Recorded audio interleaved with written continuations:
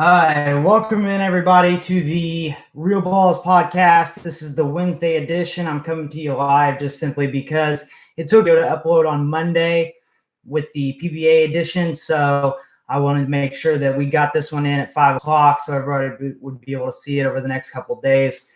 But man, some big news broke over at the PWBA right after we finished our PWBA broadcast, which was that the PWBA will now only allow at the Fox events PWBA members. Therefore, if you're not a PWBA member, you can no longer compete at the events that are basically on Fox Sports, FS1, Fox. So you have to join the PWBA, which in my opinion, to be honest with you, I think that that's a really good thing because like anybody else, if you're in a league where where you are a professional, whether you're a professional basketball player, professional football player, whatever you are, if you're a professional, you should still remain a professional. It shouldn't be a constant, well, I'm going to try to be a pro, I'm not going to be a pro. If you're going to go and be a professional bowler, be a professional bowler.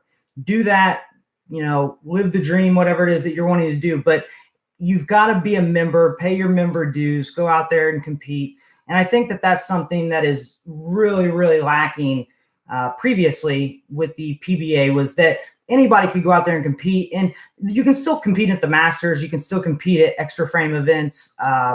You can still compete at regionals. So if you want to become a pro, you can still compete and do so. Therefore, it's not necessarily a bad thing to have it where the PWBA is going to make it so that they can get some consistency, get some characters built up, get some people who people want to watch. And that way it's not necessarily all about, well, this guy came out of nowhere, he's an amateur.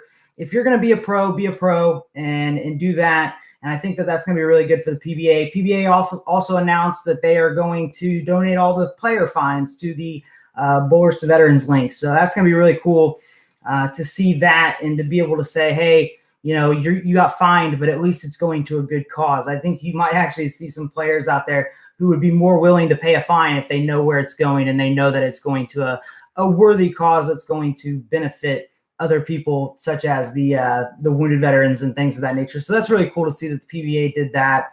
Another thing I want to cover is that in the news that broke since Monday was that Brunswick released their new website. So bowling websites are typically pretty general. You see the products, you look at the products you want. They're updated more regularly than like a BBIA catalog. So Brunswick's website was pretty out of date, and you could tell, but they really did a good job of updating it. They went in, they connected all four brands to one site, so you can basically access Deviate, Radical, Brunswick, any accessories, everything's there, and you can also access their bowling center side where you can modernize your bowling center and whatnot. So that's really cool to see that they updated that. And the new BBIA catalog was released. Got mine in the mail yesterday. The one thing I did notice was we covered IPSIA last week and really went into IPSIA a little bit. But I noticed this year that they raised the price to test out of the HOTS class from 400 to 500.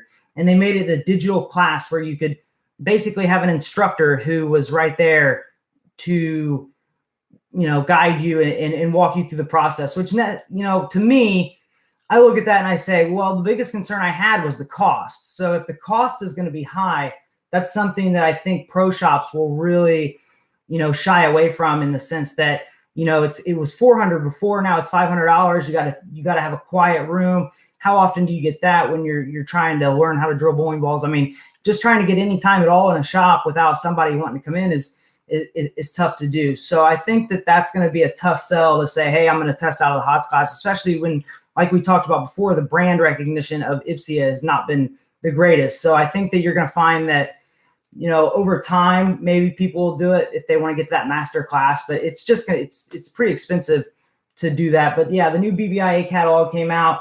As you know, with these manufacturers, it'll be good for about a month, and after that, it'll be out of date. So use it while you can. The accessories are always still good in there, but as far as the bowling balls go, we all know that they're going to come and go very quickly. So that came out, and so it's going to be really cool to see kind of how things go with the manufacturers and with IPSIA and what they want to do as far as pricing and how their new program works out for them. But I want to go into the PBA today, or PWBA, sorry, today, and really cover women's bowling. I'm going to go into the USBC on Friday, and I'm covering the financials of the USBC. So today I want to get into the PWBA, though. First off, by congratulating Stephanie Johnson on winning her first major at the Cubica AMF Players Championship. So that was really cool to see.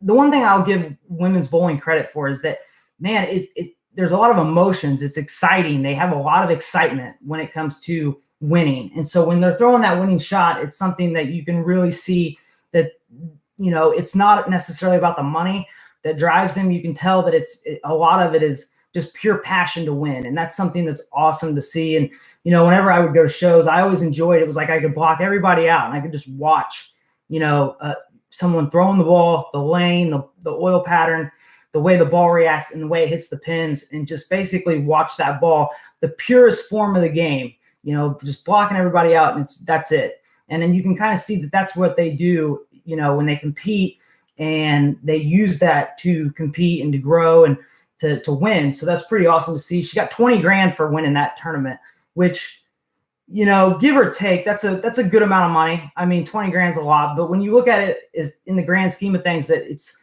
she's a professional and won a major tournament and got 20 grand. I know the PBA was doing that not even, 3-4 years ago. So it's not hard to say that they should, that they should get paid more. It's pretty obvious. But when it comes to the money side, that's something that's going to be a little bit more difficult to do. But I want to also congratulate Shannon O'Keefe. She has 8 titles, but she also was named Player of the Year, mathematically Player of the Year this year, or for the PWBA. So that's pretty awesome. Congratulations to her. They announced that Lindsay Boomer will be added to the PWBA Tour Championship. So Lindsay was out. She was the first one out. And I'm going to butcher this name, but Singapore's Shayna Naga. I don't know how to pronounce the last name, but she's got other commitments, so she's not going to be able to make it. So the PWBA called up Lindsay Boomer and told her that, hey, if you're ready to go, we're ready to have you, and, pack your stuff. So that's pretty awesome to see, and they even put the video up of her being told. So that was exciting to watch.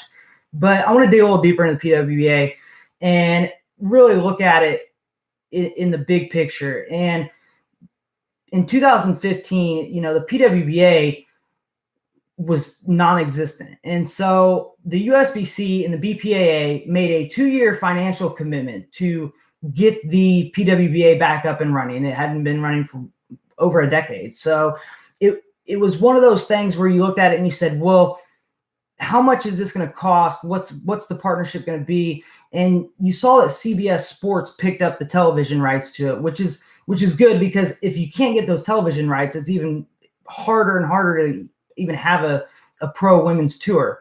So with the television contract at CBS Sports, they're now getting more and more television time, but that contract's been renewed through 2019. So the women's tour will continue to compete and continue to be on CBS Sports, which is a channel I actually don't get. So I have to watch it from somebody else's television or, broadcast. But it's one of those things for me when I look at it in the big picture, that they need to have the ability to broadcast these events and things of that nature.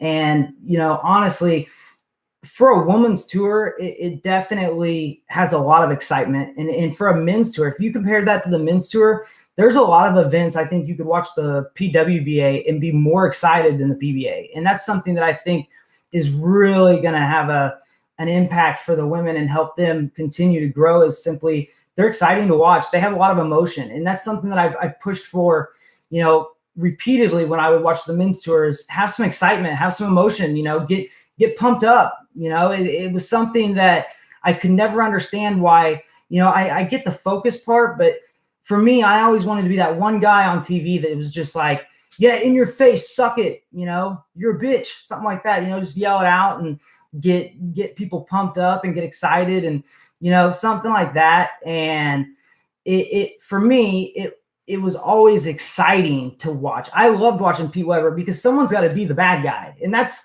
what I've always said. Let somebody be the bad guy. Let somebody have the excitement and in the PWBA, you can really see the excitement when they win. And that's something that I think is really, really exciting. I mean, Kyle, I'm not going to start destroying anything, but what I would say is I would love the competitive atmosphere of getting a strike and getting right in your opponent's face. You can talk some shit back and forth, stuff like that. That right there, I mean, that's in every sport. But I mean, I know they're all friends off the lanes, but I think it would create a little more excitement, to do that. But I would say that the PWBA could easily be compared to the PBA when it comes to excitement. If you watch it, it really is an exciting thing to watch. I mean, you watch Stephanie's last couple shots. I mean, the emotions are ridiculous, but it's really exciting to see. I think that the biggest issue I have for the PWBA is the money and the financials. So, the money on the PBA tour is not very good. Most of these people have other jobs outside of bowling because of the simple fact that it doesn't pay well enough. And what professional league, whether it's, professional basketball, football, baseball, soccer, whatever it is, you name it, most of these people aren't out working other jobs. And that's something that really drives me crazy. But when you look at the money list for the top five of 2017 and 2018 are virtually the same with one or two exceptions. But if you look at Shannon O'Keefe, who was the number one money earner in the PWBA this year, she earned $55,925 this year and $47,100 last year. So about $103,000 total for 2 years. Okay. You look at Stephanie, this is a big jump here. Stephanie had $48,175 this year after winning her first major. But last year, she only had $17,300. Third was Danielle McEwen. She had $42,975 this year, $35,350 last year. So there's some consistency there. But you look at people like Liz Colkin, $38,350 this year, $12,700 last year. You can't live off of that. I mean, you're talking $51,000 in 2 years, and she won a major this year. So, and then you see Liz Johnson, the GOAT. I mean, the greatest of all time in women's bowling, the best that ever walked this earth. Liz Johnson made $83,500 last year in 2017, but this year has only made $35,675. So you're telling me that the GOAT, the best that ever, threw the ball on the PWBA tour, the best that ever lived, made less than a school teacher this year in earnings. I just think that's ridiculous. I mean, if you can't tell me that and I know that they have their contracts outside of everything, and I get that. I'm very well aware of it. But what I'm saying is the tour earnings, that is very, very difficult to swallow when you say, hey, I'm the best that ever lived, and I made $35,000 last year. That seems like it should be a lot higher. I mean, especially if you're a pro and, you can hit some amateur tournaments that pay better than that. When one tournament, you get that. So, how's the PWBA get paid? I think a lot of it, the PWBA gets their manufacturers that register. They've got television agreements with CBS Sports. They've got advertising partners and sponsors. They've got USBC subsidies, which is basically subsidizing the PWBA tour. But, when I looked at the financials for the PWBA, I got on the USBC's website, and they are not listed individually. You do not see the PWBA just listed by itself, where the PWBA, this is the subsidy or this is the partnership. They list all the financials out, and the financials are relatively, concerning when you look at it in the big picture.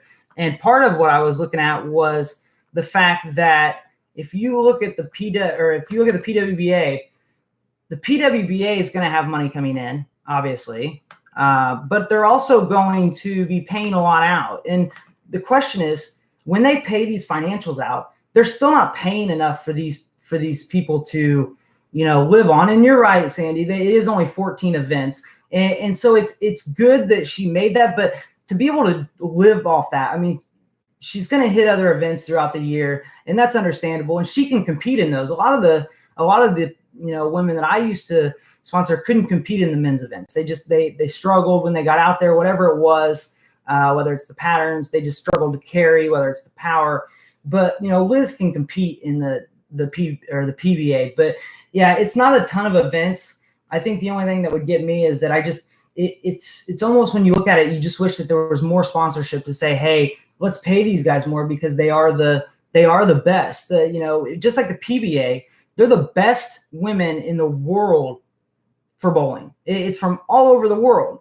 And just like the men's, it's the best men in the world competing. And I think that it's really, unfortunate that bowling can't get more than that. That's the only bad thing that I see. But I think when you look to improve the PBA or the PWBA, I really like the model that the PBA is using with Flow Bowling. I like the fact that they have these events that aren't necessarily televised. And while Flow Bowling may have their issues and that they're working out, it's their first year, but they're televising what's not televised, basically. They're making it a way for people to view it without necessarily having it on TV. And so if the PWBA had events similar to that, they could get paid from the centers that host them like they would, normally. But at the same time, they could also use a subscriber service like Flow Bowling to build those lower events up. They could have, 14 major events that are on television, and then have another 10 events throughout the year that aren't, that maybe go through Flow Bowling or something like that. So I think that would be a really cool way, because what that would do is that would basically allow them to have more advertising opportunities. They could charge more money for the advertising because they're going to be exposed to more and more people. It also helps build their social media channels. I would continue to keep pushing for those emotional reactions, telling everybody, hey, when you get excited, when you bowl, get excited, show some excitement, let us know how you feel. If you're upset, be upset. If you're happy, be happy, But you can create a character and build around these people, because you start to see that, Shannon O'Keefe makes a lot of shows. You start to see Liz Johnson makes a lot of shows. And, Danielle and these people, you start to see the same people over and over again. So I think that it's something that can really help be built up if you could build the characters, continue to build and push the brand of these players. Updating the PWBA website, make it more interactive and user-friendly. That'd be awesome. I was on there today, and there's a lot of information, but you got to know where to go and everything else. And I think if it was more interactive, it'd be really cool to see some of the highlights and whatnot, because there's a lot of good highlights for the PWBA, a lot more than the PBA. I'll say that much. So, something like that. You build more events for the women that are similar to that extra frame. I think that'll really help. You could also create some novelty events, just similar to the PBA with the doubles, something like that. You could do a trios or a team or something like that, that basically makes the PWBA similar to the PBA, but it gives them more events, creates a little more excitement, and really can help build for the future of the PWBA. And that's really what I'm looking for, is how is it going to be built in the future? I think it's important, that we push and grow the PWBA, simply because for future generations, there's got to be, when I was growing up, I wanted to be a pro bowler. That's what I looked forward to. I mean, I watched them every week. And if I can only imagine if I was a 9-10-year-old girl, I would want to be able to look up and say, hey, if I do well, I can be on tour somewhere. There is a tour out there. So I think it's very important that we support the PWBA and make sure that there's an ultimate goal for the young girls that are wanting to chase their dreams and do those things. So I think that if you can do that, if you can make the goal to be better and to just continuously improve little by little, by the time the next generation comes around, the PWBA could be paying out $30,000 for a tournament or whatever. The sponsorship gets built up. So I think that that's something really cool that we need to really continue to push and continue to support. The more money that's available, it can really help continue to grow the PWBA, but it's got to be done on its own. The PWBA is not going to be able to rely on the USBC for forever, simply because the USBC memberships are dropping. They're dropping significantly. And so when you look at the USBC memberships this year comparative to years past, and I'll get into this on Friday, in 2006, they had over 22 million in membership dues. In 2017, they had 13 million. So when you have less money coming in overall, I mean, they went from almost 50 million in revenue to 36. You're starting to see that membership has declined, and it's going to be difficult to continue to support the PWBA and whatnot if that is, what they're doing. It's going to be difficult to support the PWBA with lower membership. So if the PWBA can stand on its own, that'd be awesome. Continue to see it just grow on its own. Better partners. That's what I preach to the PBA, get better partners, get better advertising partners. So that's cool to see. But I think, overall, if you can get the continued sponsorship, it's going to be very exciting for years to come. I want to make sure to touch on the fact that on Friday, I'm going to go over the USBC. I'm going to touch on some of the financial differences, some of the things that have really changed over the USBC in the last, 10 years or so, whenever it was formed. It goes back to 2006. So I'll go back to that, and I'll kind of go over where they were at. At one point, they had over 200 employees. Now they got like 90. But you've seen memberships go down. You've seen a lot of expenses go down as well. But you've seen some salaries go way up, almost triple. So I'm going to cover that on Friday and kind of dive into the financials of the USBC, where your money goes and what the difference is in awards and all that stuff on Friday at 5:00. But I hope that the PBA and the PWBA continue to live on. I think the PWBA has a bright future. They've got a lot of really good stars. If they could build some characters around them, it'd be really exciting to see. Like I said, you watch a PWBA event, it's just as exciting to watch as a PBA event, simply because at the PBA event, they may not be excited, they may not show emotion, but the PWBA, you can definitely count on the fact that they're going to be excited. You get a win, you can watch, and the emotions just flow. And so it's really cool to see. But I think it'll continue to grow, and I think that we've got to continue to support it, even if it means using some dues and whatnot to subsidize it, simply because these ladies are pros, guys. They should be paid like pros. They should be able to be treated like pros and be treated like the best in the world, simply because that's what they are. Just like the PBA, those are the best in the world. Some of those guys may be assholes, and they are, but that doesn't mean they're not the best in the world. And the last thing I want to touch on is, help me with this, guys. I cannot figure out if somebody posts in a group or posts on a comment or something like that, why the hell are people being so shitty whenever people post comments? Someone might say, this is the best thing I've ever tried.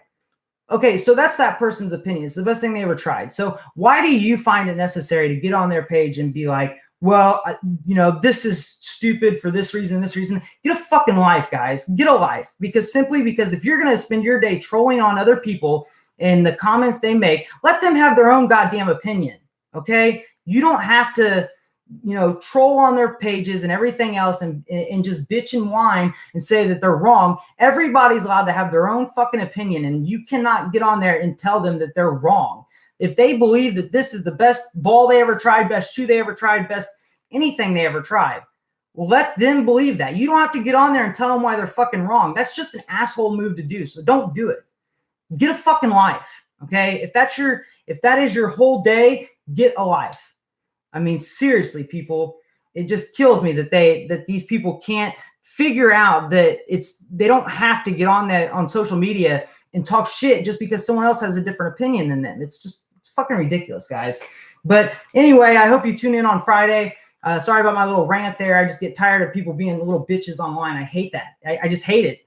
It's simply because they basically try to silence other people like a bunch of trolls. They just need to get a life. So sorry about my rant, but it's true, and most of you know it. So if you are one of those trolls, fuck off. If you're not, simply I hope you'll join me on Friday, and we'll talk about the USBC and some of the financials and get into that. But other than that, I appreciate you guys stopping in and checking out the PWBA podcast, and we'll get you all squared away. See you on Friday, guys. Thanks for joining the Real Ballz podcast.